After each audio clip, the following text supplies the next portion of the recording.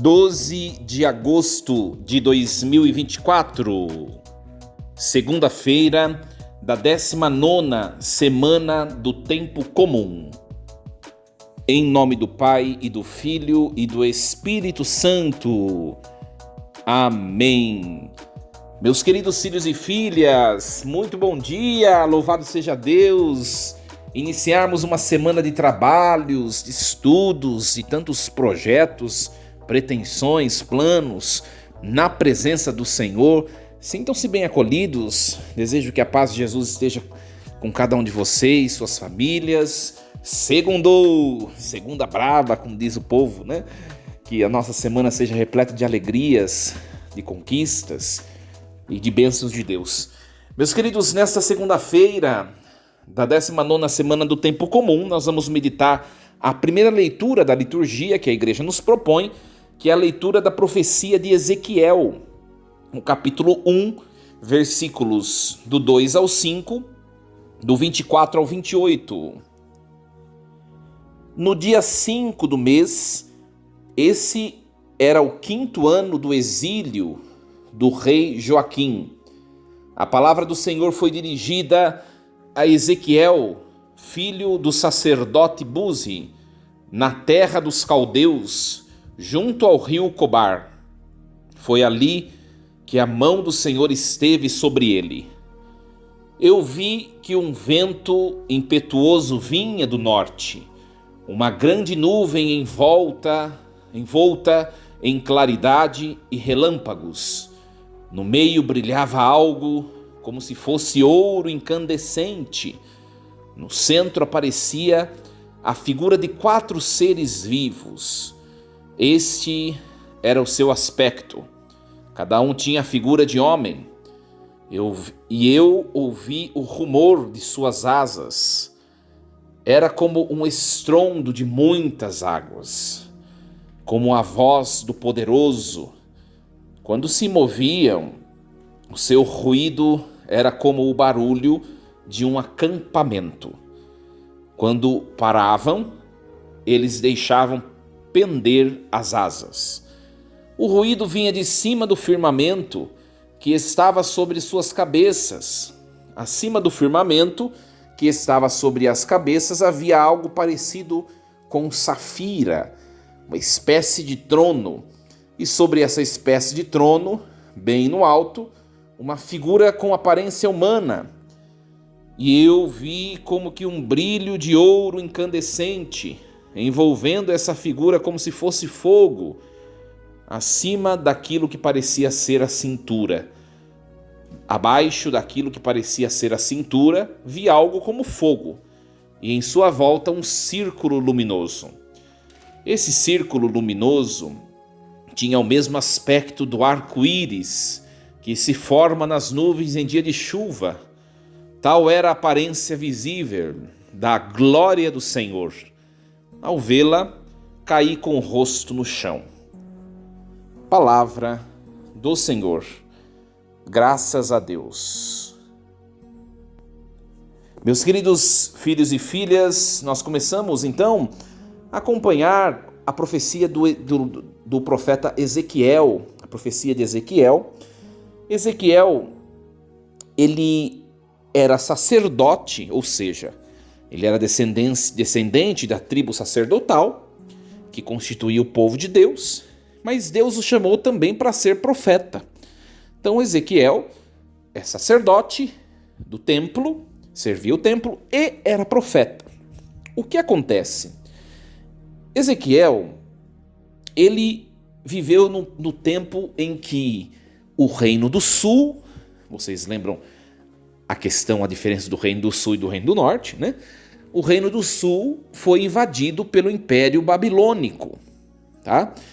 Então, no ano 597 a.C., houve a primeira invasão da Babilônia em terras de Judá. Judá era o Reino do Sul. Nessa primeira deportação, né, o Império Babilônico entra no país de Judá, no Reino de Judá, e leva muitas pessoas escravas para o seu território. Por isso que a leitura de hoje começa assim, né? A palavra foi dirigida a Ezequiel na terra dos caldeus, ou seja, porque Ezequiel, que era sacerdote, ele também foi deportado, foi levado junto da corte. Então aconteceram duas deportações. A Babilônia invade uma vez, em 597, leva primeiramente a família real, o rei, a família real, os sacerdotes, a turma de cima, né?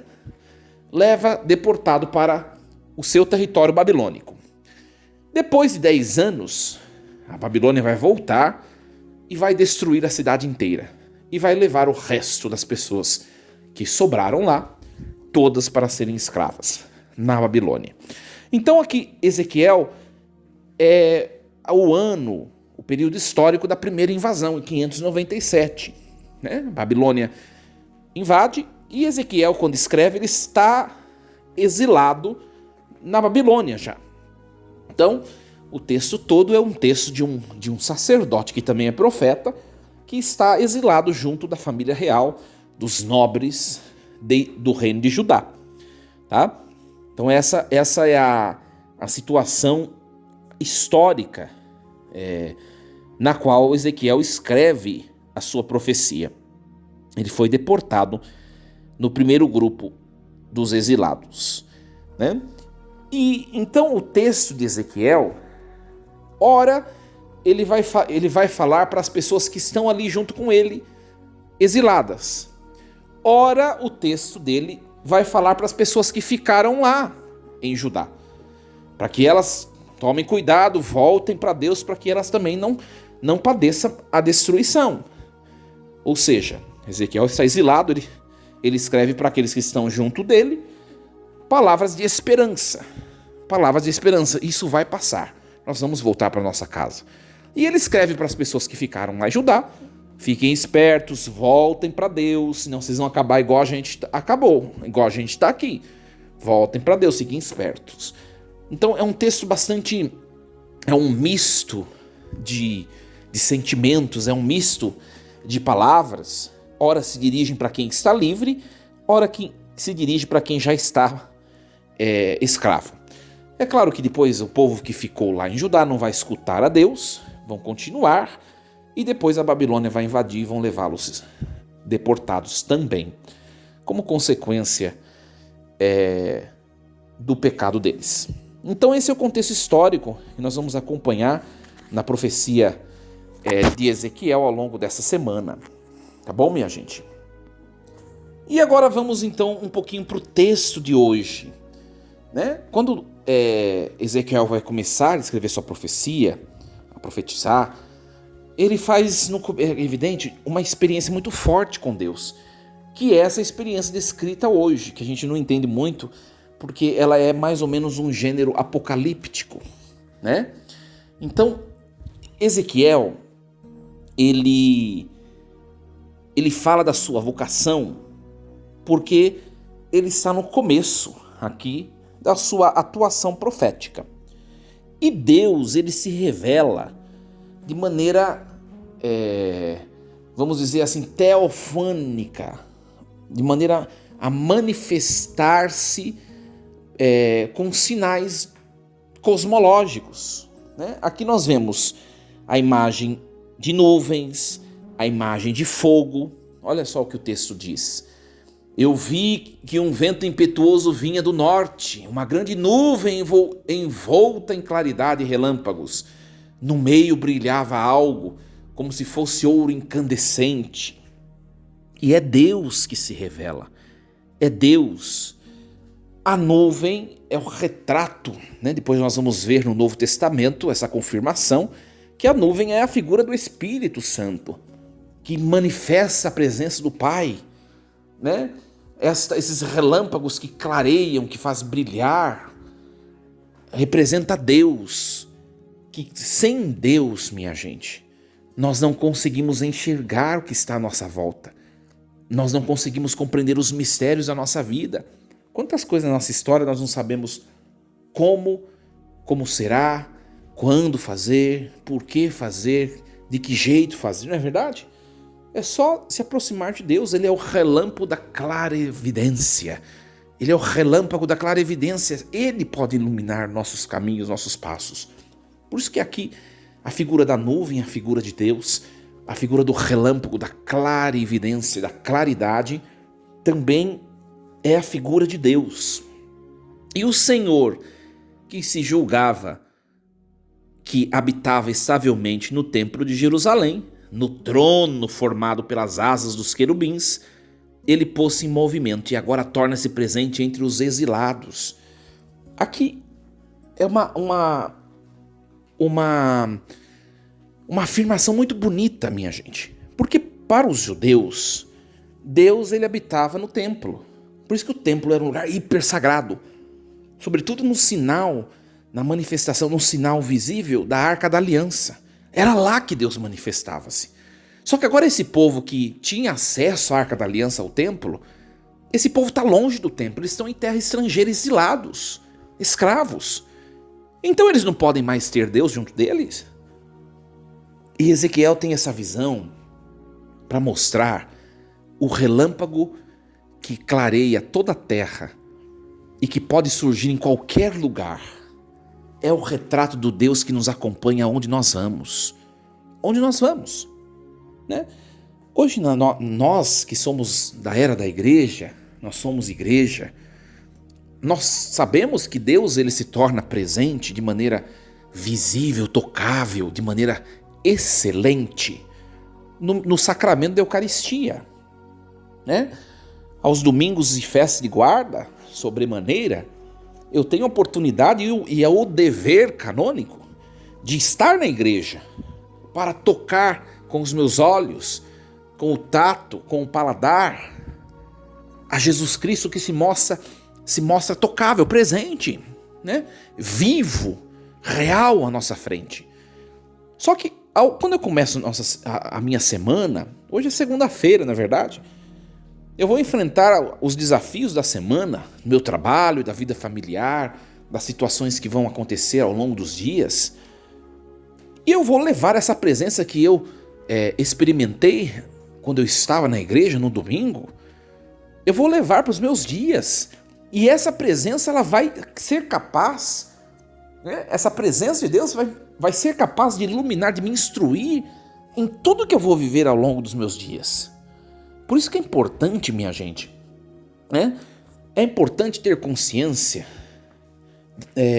de que o Deus que eu recebo no templo, em comunhão, seja sacramental ou aqueles que não podem comungar, seja espiritual, é o Deus que caminha comigo em todas as situações, nas lutas do dia a dia. Leve a certeza no seu coração de que este relâmpago, que brilha onde quer e que ilumina toda a terra indiscriminadamente, ele está com você, é Deus. É isso que Ezequiel está dizendo para o povo, não desanimem.